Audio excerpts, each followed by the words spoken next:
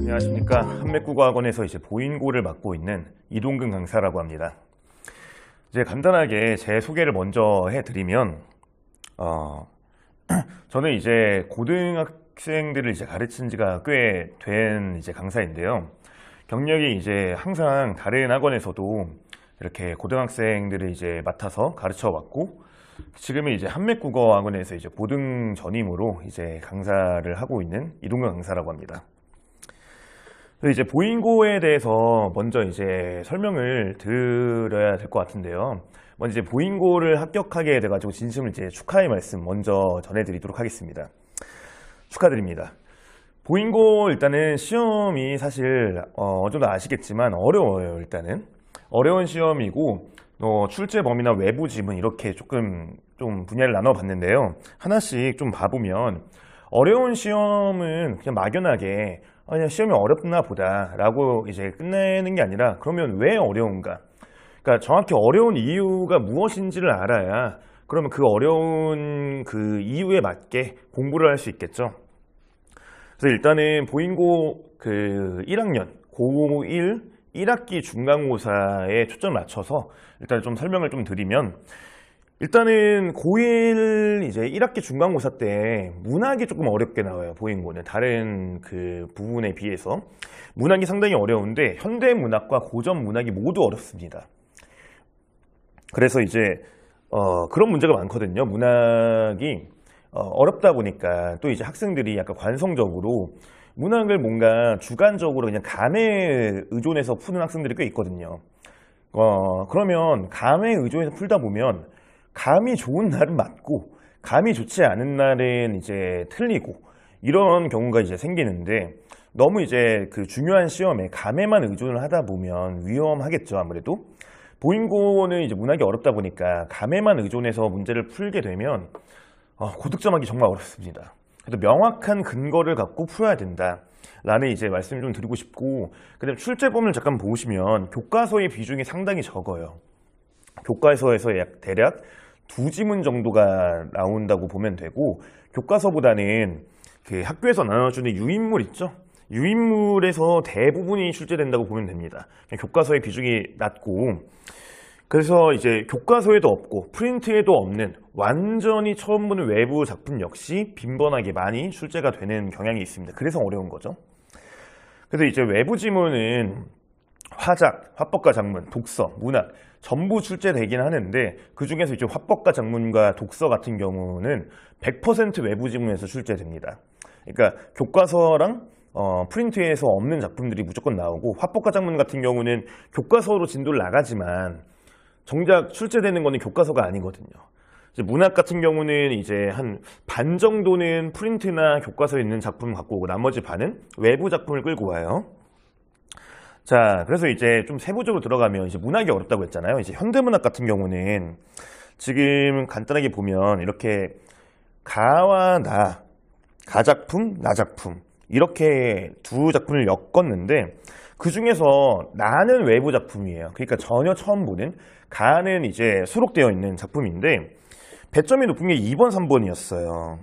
2번과 3번은 이제 보기 문제죠.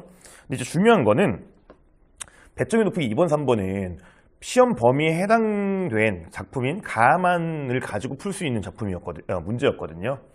그래서 이제 시험을 풀 때 외부 작품, 그러니까 처음 보는 작품이 나와서 막 긴장이 되고 낯설어서 막 당황하고 이런 게 당연히 있겠지만, 그래도 원칙적으로 자기가 아는 작품의 근거에서 일단은 풀 수 있을 때까지 한번 풀어보자, 이런 마인드가 좀 필요하다라는 이제 말씀을 드리고 싶고, 그 다음에 고전문학이 좀 보인고 1학년 1학기에 이제 하이라이트라고 볼 수 있거든요. 상당히 어렵게 나오는데, 가와 나와 다 세 작품을 엮어요. 근데 이제 아시겠지만 이제 정철의 관동별곡, 상당히 이제 문제시되는 수험생들을 괴롭히는 작품이죠.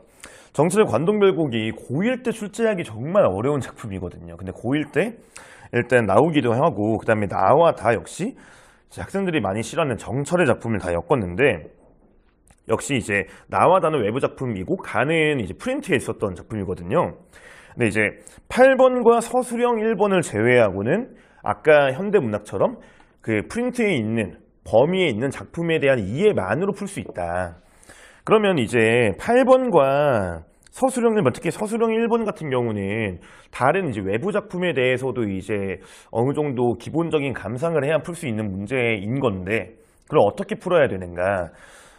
지금 보면 간단하게만 보면 이제 밝은 달 이런 거 이제 묻고 있거든요. 밝은 달의 의미가 무엇인가?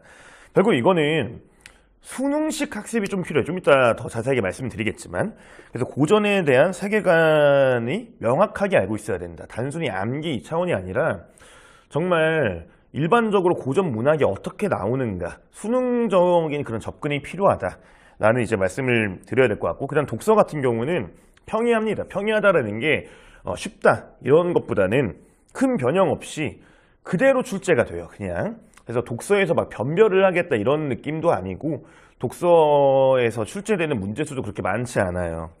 그래서 지금 보면 왼쪽에 나와 있는 게 21학년도 고1 6월 모의고사 출제된 문제고, 오른쪽은 작년 보인고 이제 중간고사에서 출제된 문제인데, 보면 알겠지만 거의 그대로 나왔죠.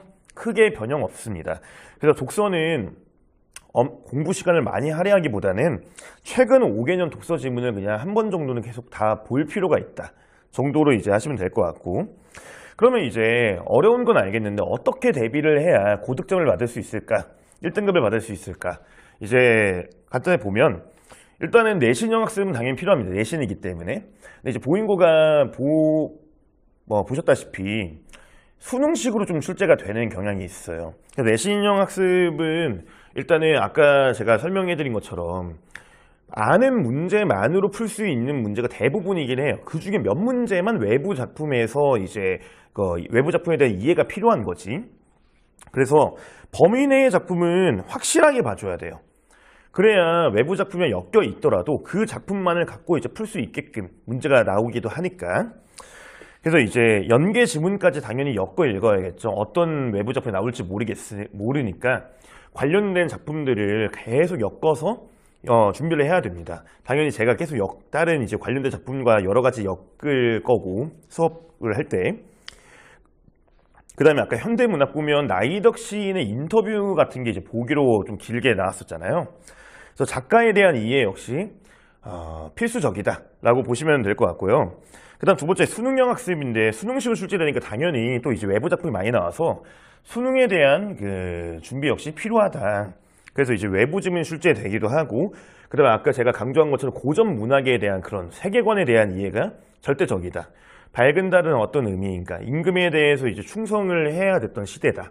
뭐 이런 식으로 이제 제가 항상 정규 수업 때도 많이 말하거든요. 고전 문학의 세계관. 독서 같은 경우는 고1, 2 수준의 독서 훈련, 아까 말씀드린 것처럼 최근 5개년 기출을 볼 필요했다. 고1 기출, 고2 수준의 이제 그런 지문들도 많이 봐야겠죠. 그 다음에 아무래도 학교 수업 열심히 들어야 됩니다. 출제자는 이제 학교 선생님이기 때문에 학교 선생님이 강조한 것들을 잘 받아 적어서 또 학교에서 나눠준 유인물도 저한테 이제 당연히 전달을 해야 되고, 그거를 바탕으로 제가 수업 준비를 하기 때문에 매우 중요하겠죠. 출제자가 하는 수업이기 때문에 집중해서 들어야 될 거예요, 당연히. 그래서 이제 제 강의의 특징을 좀 말씀을 드리면, 저는 아까 말씀드린 것처럼 고등학생들을 대상으로 한 수업을 정말 오랫동안 해왔거든요. 그래서 이제 국어 교육과를 나와가지고 전공도 국어 전공을 했고, 그래서 국어 전문가의 수업이다. 그래서 일관되고 정확한 기본기, 수능형 학습과 조금 부합하는 내용인데, 기본기가 있어야 돼요. 사실 외부 지문을 이제 처음 접하고 풀 때는 기본기가 탄탄해야 된다. 뭐 아까 계속 강조하는 것처럼 고전 문학에 대한 세계관을 적용할 줄 알아야 된다. 그런 기본기를. 그 다음에 제가 또 아까 말씀드린 것처럼 감에 의존하면 안 돼요. 지금 문학이 어렵기 때문에 보인고는 감에 의존하다 보면 정말 상상도 못한 점수를 받을 수도 있어요. 왜냐하면 보면 헷갈리는 선택지가 한 두세 개가 나오거든요. 그래서 명확한 근거를 갖고 자신 있게 확실하게 풀 수 있는 훈련이 필요하다. 그래서 이제 저는 수업을 하게 되면 항상 문학을 풀 때 왜 이게 답인지 근거를 직접 써보도록 할 겁니다. 본인 스스로 이게 왜 그냥 느낌이 답이 2번인 것 같아서 이게 아니라 2번인 명확한 이유가 뭐 작품에 이런 내용이 있기 때문에 뭐 이런 식으로 이제 체계적으로 그리고 객관적으로 접근을 해줘야 된다. 그렇게 이제 시킬 거고, 그 다음에 그 한맥국어학원도 이제 잘 아시겠지만 여러 가지 시스템이 잘 구축이 되어 있고 그 축적되어 있는 자료들이 많습니다. 그래서 양질의 자료가 있고 그거를 반영해 가지고 역시 저는 시험 경향을 반영해서 제가 직접 문제를 제작하거든요. 그 다음에 밀착관리, 요즘에는 관리가 중요하죠. 관리를 안 하는 선생님은 잘 없을 거예요. 매주 테스트를 볼 거고 그 테스트의 결과에 따라서 약점 보완하고 당연히 피드백 문자를 항상 이제 학부모님들께도 이제 보내드립니다. 그 다음에 질의응답 카톡방을 상식 운영해서 애들이 이제 학생들이 물어보면 즉각적으로 정말 자세하게 대답할 수 있게끔 하고 있는데, 좀 보여드리면 이게 이제 제가 직접 만든 제작 문제인데요. 보인고의 이제 양식을 똑같이 반영해가지고 매주 이런 식으로 하품 모의고사 이런 느낌으로 이제 클리닉 시간 때 시험을 이제 시간 재가지고 직접 봐가지고 실전 연습도 하고 어떻게 이제 출제가 되는지, 그래서 이제 그 감각을 키울 수 있게끔 이렇게 매주 시험, 그러니까 복습 느낌도 있죠. 을 진행할 예정이고요. 그 다음에 질의응답 같은 경우는 이런 식으로 막 학생들이 카톡을 물어봐요. 그래서 뭐 지금 보시면 알겠지만 5시쯤에 물어보면 제가 수업이 있지 않은 이상은 거의 바로, 그러니까 22분 정도 후에 이제 대답을 한 건데 전체 보기가 있을 정도로 매우 자세하게 합니다, 저는. 그래서 이렇게 1대1 카톡방으로 이제 계속 학생들한테 질문을 상시로 받는다. 거의 저는 이제 잠도 늦게 자거든요. 제가 수업 준비를 이제 꼼꼼하게 하려고 하다 보니까 새벽에 보통 수업 준비를 하는데, 그래서 학생들도 이제 밤늦게 수업 준비를 하기도 하잖아요.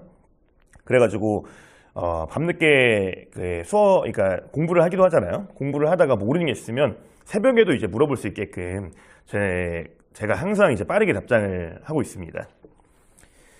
자, 그래서 이제 학생들의 좀 반응을 보면 간단하게 뭐 1등급, 뭐 전교 6등 뭐 이런 거 이제 많이 배출을 했고 100점도 많이 이제 배출을 했었습니다. 자, 그래서 정리를 해드리면 내신 역시 중요하지만 역시 수능형 학습이 무조건 필수적으로 필요하다, 보인고는. 그래서 내신과 수능형 학습의 조화가 필요하고 애매하게 그냥 감으로 접근하는 게 아니라 명확한 근거를 갖고 해야 된다. 그런 연습이 필요하다라는 말씀을 이제 드리면서 끝을 내도록 하겠습니다. 감사합니다.